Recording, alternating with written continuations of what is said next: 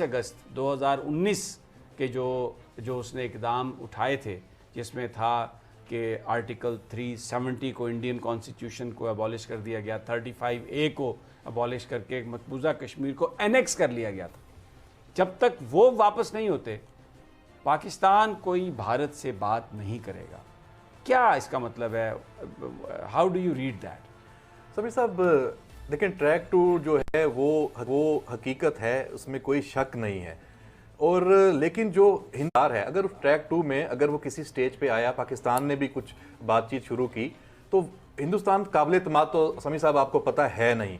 तो पाकिस्तान अपने सारे अंडे एक टोकरी में रख दे कि हम तो जी बात कर रहे हैं और हम करना चाहते हैं। तो वज़ीर आज़म जो साहब का जो ये वाला बयान है, तो ये भी पाकिस्तान की रियासत की पॉलिसी ही हो सकता है। तो हम ये एवेन्यू क्यों छोड़ दें कि कहीं ऐसा कुछ हो कि हमें साइड पे हटना पड़े। तो हम वज़ीर आज़म ने कह दिया कि अगर ठीक है, ये शर्त है, ये पूरी नहीं होगी, यानी हिंदुस्तान की तरफ से वो चीज़ें, वो वादे, वो बातें, उस पर अमली जामा नहीं पहनाया जाएगा, तो पाकिस्तान के पास भी फिर जवाब मौजूद है। ये वज़ीर आज़म ने कह दिया है। ये बुनियादी तौर पे इसको हम इख्तलाफात और उसकी तरफ नहीं लेके जा सकते कि उनको पता नहीं है या ये सब कुछ नहीं। मेरा बिल्कुल आपकी बड़ी आपने you pointed out very rightly कि बेसिकली इस लेवल पर जो जहाँ पर वज़ीर आज़म डील कर रहे हैं या जहाँ पर पाकिस्तान की सिक्योरिटी के इदारे डील कर रहे होंगे और मामला कश्मीर का होगा, भारत का होगा, तो डेफिनेटली और इवन मैं तो समझता हूँ कि अपोजिशन भी जो है, पाकिस्तान के तमाम स्टेक होल्डर्स, कश्मीर का एक ऐसा सेंसिटिव इशू है कि they are on the same page.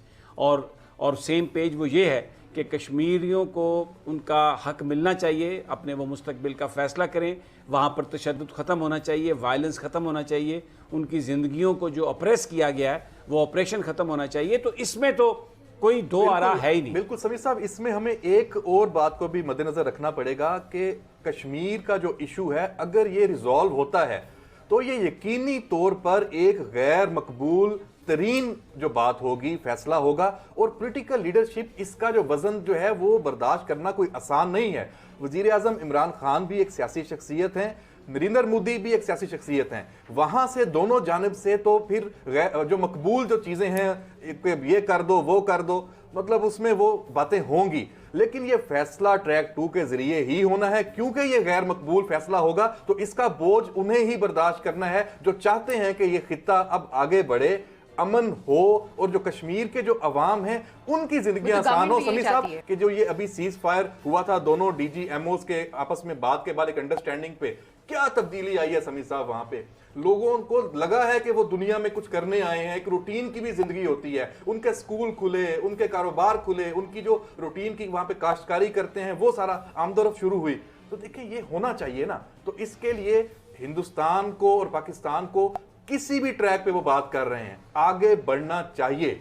बाकी ये जो चीजें हैं कि ये जो पॉलिटिकल मामला था ये भी चलते रहेंगे और दबाव यकीनी तौर पे रहना चाहिए कि अगर एक फ्रीक पीछे हटता है, खासतौर पे हिंदुस्तान की जो एक पूरी हिस्ट्री है हटता है, बैकआउट होता है, तो पाकिस्तान अपने स्टांस पे तो खड़ा होना। तो वज़ीर आज़म की बात को हम इसी तरीके से, इसी तराजर में लेना चाहिए। लेकिन बहुत से लोग सोशल मीडिया पे ये बात कर रहे हैं कि वो ये कह रहे हैं कि वज़ीर आज़म साहब की बात से ये तासुर आता है कि जैसे उनको पता ही नहीं कुछ चीज़ हो रही है। ये जो तासुर गया है और जिस पे लोगों ने डिबेट करना शुरू किया, आपको लगता है ये तासुर सही है? ये तासुर नुकसानदेह है, इसमें कोई शक नहीं है। ये तासुर नुकसानदेह है और ये तासुर पैदा हुआ है तो समीर साहब जैसे जहांदीदा जो शख्स हैं, तज्जियाकार हैं, उन्होंने ये बात रखी है। ये तासुर नहीं होना चाहिए था बिल्कुल। ये इसमें अगर कोई चीजें नहीं कर सकते, इसमें नहीं कर सकते, तो इसके हवाले से बहरहाल जो है वो मामलात को एक और मुझे तो ये लगता है जो बेसिकली कि ये सूरत हाल ऐसी है कि एक प्रोसेस, यानी इस वक्त तो हमारे पास तो सिर्फ एक हम थ्योरीज ही पेश कर सकते हैं कि एक ट्रैक 2 डिप्लोमेसी का आगाज़ हुआ और जाहिर है इतने मुश्किल सब्जेक्ट पर ये आगाज़ है तो उसमें बीच में बहुत सारे आपको वो स्टम्बलिंग पॉइंट्स भी आते हैं। वज़ीर आज़म साहब का भी ये जो बयान है कि बिल्कुल जो 6 अगस्त वाली बात अगर रिवर्स नहीं होगी तो हम बात नहीं करेंगे, ये भी एक ग्रैंड स्ट्रेटजी का हिस्सा है। मैं इसको इस तरह से नहीं देखता कि वज़ीर आज़म साहब आइसोलेशन में हैं या वज़ीर आज़म साहब, मैं ऐसे नहीं देखता। मैं ये समझता हूँ कि जो ट्रैक 2 में जो चीज़ें चल रही हैं उसमें कहीं ना कहीं कोई ऐसी चीज़ सामने आई है जिसमें फिर दोबारा भारत का जो वो एक रवैया होता है हमेशा टाइम बाय करने का, चीज़ों को सही तरह से एड्रेस ना करने का, उसकी रियलाइजेशन जो ट्रैक 2 में जो हो रहा है, कर रहे हैं जो लोग, उनको हुआ है। और फिर उस पर प्राइम मिनिस्टर ने ये बात वाजे की है कि हम ट्रैक 2 हो रहा है, हम करना चाहते हैं, लेकिन अगर आप इसमें इसको टाइम बाय करने के लिए इस्तेमाल करें, हमें चक्कर देने के लिए इस्तेमाल करें, तो फिर हम इसको बर्दाश्त नहीं करेंगे। तो then we will go back to our original position कि आप वो सारा कुछ जो है उसको रिवर्स करें। मुझे तो बेसिकली ये लगता है कि ये जो सारा मामला है ये इस तरह से है। मैं इसको ये नहीं समझता कि शायद कोई पाकिस्तान के इंटेलिजेंस या पाकिस्तान की मिलिट्री ने अपने तौर पर ये बात शुरू कर दी है। वज़ीर-ए-आज़म साहब को पता नहीं है, क्योंकि हाई प्रोफाइल ब्रीफिंग में ये बात बताई गई कि इवन शाहिद खाकान अब्बासी जो नून लीग के वज़ीर-ए-आज़म थे, वो भी, उन्होंने भी पाकिस्तान की अस्करी क़यादत से ये कहा कि कश्मीर को हल करने के लिए भारत के साथ आप ये जो ट्रैक 2 है उस पर ज़रूर तवज्जो दें। लेकिन मंसूर, जो मेरा जो कंसर्न है, जो मैं सवाल आपसे करना चाहता हूँ, वो ये है, आपने अभी कहा कि जो अनपॉपुलर डिसीजन होते हैं वो करने पड़ते हैं, सियासतदान उसका बोझ नहीं उठा सकते। तो अगर आपने कोई out of the box solution करना है, अनपॉपुलर डिसीजन करना है, तो फिर आपके पास उसका मैंडेट भी तो होना चाहिए ना। तो उसका मैंडेट तो तब आएगा ना जब आप तमाम स्टेक होल्डर्स को इत्माद में लेके गुफ्तगू का आगाज़ करेंगे। ये तो नहीं हो सकता कि जो स्टेक होल्डर्स हैं उनको पता ना हो कि आप क्या बात कर रहे हैं। अब स्टेक होल्डर्स में पाकिस्तान की पॉलिटिकल पार्टीज़ भी हैं, स्टेक होल्डर्स में कश्मीरियों के जो ग्रुप, कश्मीर के अंदर जो मूवमेंट है इंडिजिनस, वो भी शामिल हैं। वो पाकिस्तान की तरफ देखते हैं सफारती सपोर्ट के लिए। तो ये सब कुछ 2 या 3 इंडिविजुअल्स तो नहीं कर सकते बैठ के फैसला। It has to be a collective decision. बिल्कुल। और जो ट्रैक 2 की अगर बात हो रही है और चल रहे हैं, तो उसमें यकीनी तौर पे ये कोई फैसला कुन पोजीशन पे तो नहीं आएंगे, वो तो बिल्कुल ज़मीन हमवार करेंगे इसी चीज़ की जो आप बात कर रहे हैं कि जितने स्टेक होल्डर्स हैं फिर वो सामने आए। उसके बाद फिर जो सबकी मर्जी और मंशा के मुताबिक, उसमें कश्मीरी भी हैं, उसमें इंडिया और पाकिस्तान भी है, और इवन अब तो पूरा खित्ता भी, आप इसको अलहदा नहीं कर सकते, चाइना भी किसी न किसी सूरत में इससे अब मुंसलिक है। आप समीर साहब इसको ये ज़रूर देखें कि जब ये शुरू कब हुए हैं, बताया यही गया है, जो चीज़ सामने आई है कि 2017 से ये बात चलनी शुरू हुई थी, और उसके बाद 2018 में इसमें थोड़ी सी स्पीड है। 2019 में ये 5 अगस्त वाला वाकया, इसने उसको सबोताज किया। हो सकता है कि ये वाकया ना होता तो जो ट्रैक 2 चल रहा था वो किसी मंतकी अंजाम तक पहुंच के आज हमारे सामने एक सोल्यूशन की तरफ हम जाते नजर आते। उसमें इंडिया की तरफ से ही ये वाला इकदाम उठाया गया। नरेंद्र मोदी इलेक्शन अपना जीते, उसके बाद ये बेस्ट टाइम था कि वो कोई अनपॉपुलर डिसीजन की तरफ वो जा सकता। हमें ऐसी सिचुएशन इस तरह की नहीं है। इस वक्त इमरान खान जो ऐसा लीडर है कि वो ये चीज नहीं देखेगा कि वो गैर मकबूल होता है, मकबूल वो जाएगा उस तरफ। लेकिन वहां इंडिया में ये जरूर सूरत हाल थी, वहां ये बेस्ट टाइम था।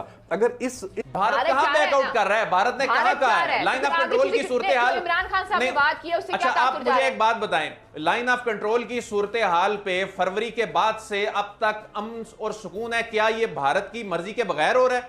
ये कैसे हो रहा है सारा? नहीं, तो लेकिन उनको तो फायदा है ना इस बात का। एक सेकंड रुक जाइए जरा, कि हमने कश्मीर के अंदर जो जुल्म हो रहा है उसके खिलाफ जो बात हमने करनी थी हम नहीं कर रहे।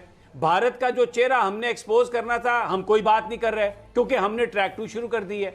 वे तो टाइम आएगा ना इंडिया का। बात अगर मान ली जाए तो फिर इसी तरह एक्सपोज करते रहते हैं मीडिया पर बैठकर, और या दूसरा हाल ये है कि जंग लगा देते हैं। जंग कर सकते हैं, आप मुतहम्मिल हो सकते हैं दोनों मुल्क। इसका हल यही है, अल्टीमेटली मुज़ाकरात है। अल्टीमेटली तो समी साहब, अल्टीमेटली तो मुज़ाकरात से ही होना है ना, और मुज़ाकरात से पहले ट्रैक 2 होने हैं, और ट्रैक 2 हो रहे हैं। इसमें कोई अबनॉर्मल बात नहीं है। आपको अगर इसमें कोई अबनॉर्मल लग रही है तो वो बताएं आप। अबनॉर्मल ये लग रही है। यहाँ पे मैं अगर मुझे इजाजत दें, राय साहब बिल्कुल बात कर रहे हैं कि ना जंग से मसला हल होना है, और ना मीडिया पे बैठ के हमने ये मसला हल करना है। लेकिन आपने जो आर्टिकल 370 की बात की है समी साहब, आर्टिकल 370 वापस आता है तो क्या पाकिस्तान को कबूल है?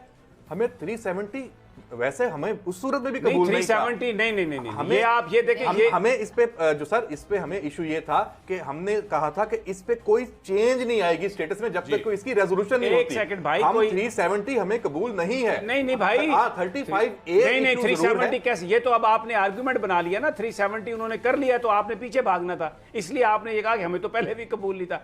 370 क्या है? 370 gives special status to Kashmir कि ये एक डिस्प्यूटेड टेरिटरी है। अगर आपको 370 आप नहीं मानते कि ये डिस्प्यूटेड टेरिटरी है तो आपकी बेसिस क्या है? क्या बेसिस है आपकी अपनी बेसिस भी मुझे बताएं ना, आपकी क्या बेसिस है? अगर वो कश्मीर भारत का हिस्सा है, 370 नहीं है तो क्या नहीं आप मानते? मुझे बताएं। समीर साहब, हम तो कश्मीर को पाकिस्तान का हिस्सा मानते हैं। समीर साहब ने सवाल किया, सवाल का जवाब दें। बड़ा कैटेगोरिकली सवाल है ये।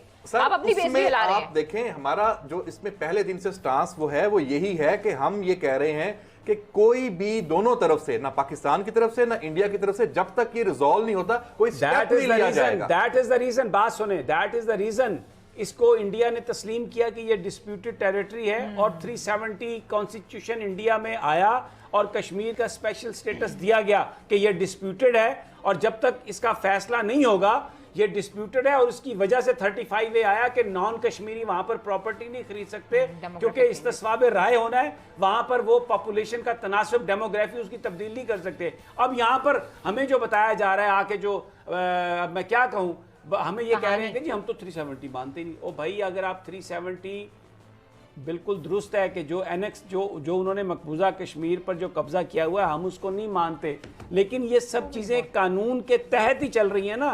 वो जो यूनाइटेड नेशन में जो इसको शक्ल दी इंडिया ने, जो कुछ भी हुआ वहाँ पर 370 उसकी एक बड़ी बुनियाद है।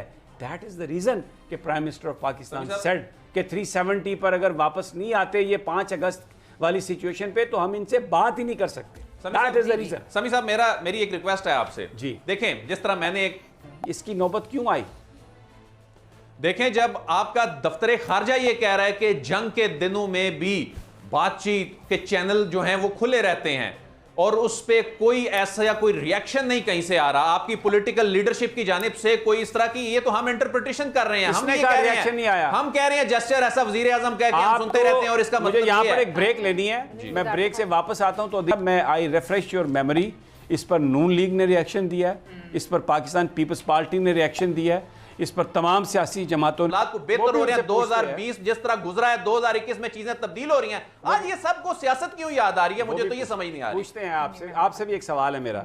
बिल्कुल, बहुत अच्छा किया आपने, जनरल का जिक्र किया और मोदी की आमद का जिक्र किया। मुझे ये बता दीजिए, जब आपने शमसी बेस दिया ड्रोन अटैक के लिए, किसी को लिया एतमाद में? समी साहब, उस वक्त जो पर जल गया ना, नहीं समी साहब, उस वक्त देखें, उस वक्त किसकी हुकूमत थी? नहीं, उस वक्त जो मुल्क में हुकूमत है उसने डिसीजन लिया, उस वक्त किसने फैसला किया, मुझे बताएं। किसकी थी हुकूमत, बताएं ना। नहीं, आप बताएं ना। जब ये परवेज मुशर्रफ दौर की बात कर रहे हैं, परवेज मुशर्रफ आपके मुल्क का हाकिम, जिसको आपकी मुल्क की असेंबली ने उसको लेजिटिमाइज किया, उसके दौर को आपकी मुल्क की अदालतों ने किया, उसने फैसला किया। गन पॉइंट पे ये भी बताना होता है। नहीं, ये तो देखें, आप तो मानेंगे नहीं ना, क्योंकि आपका अपना स्टांस है इसके ऊपर। मैं ज्यादा इस शमसी एयरबेस वापस किसने लिया? क्या शमसी एयरबेस वापस नवाज शरीफ ने लिया? नहीं, जब क्या पूरा हो गया बंद नवाज शरीफ ने की? भाई, जब काम जब हो गया, आपने जो कत्लो गारत करवानी थी करवा ली, आपने जो मुसलमानों का खून बहाना था वो बहा लिया, फिर उसके बाद आपने वापस ले लिया। ठीक है, क्रेडिट आपको जाना चाहिए। मुझे ये बता दीजिए कि रशिया को जो अमेरिका को जो U-2 उड़ाने के लिए अड्डे दिए थे वो किसने दिए थे? समीर साहब, यहाँ पे अगर वड़ाई साहब मुझे मौका दें जी, यही तो इशू है कि आप के जो मुल्क के सिक्योरिटी इदारे हैं वो आज से 70 साल से आज तक का क्रेडिट डिसक्रेडिट वो उनके जिम्मे खाते पड़ता है।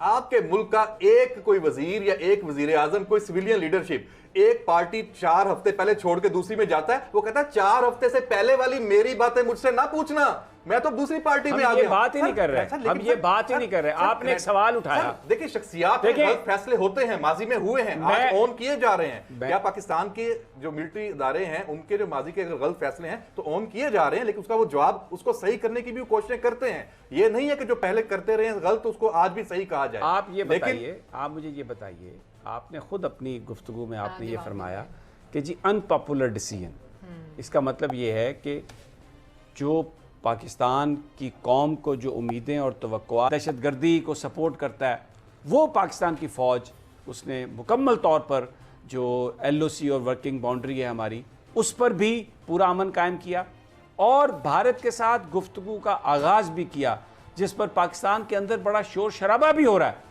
लेकिन इसके बावजूद पाकिस्तान की जो सिक्योरिटी फोर्सेस के इदारे हैं वो कश्मीर के मसले के हल के लिए अटमोस्ट इंतहाई शदीद कोशिश करते हुए, और इसका एक फ़ायदा तो ज़रूर हुआ है, कश्मीर का मसला हल हो